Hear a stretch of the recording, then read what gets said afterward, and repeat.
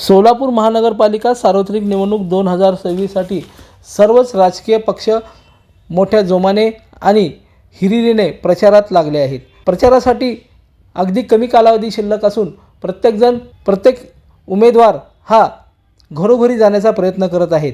प्रत्येक मतदार राजांना आपल्या पक्षाबाबत आपली ध्येय धोरणे सांगण्याचा प्रयत्न करताना दिसत आहे।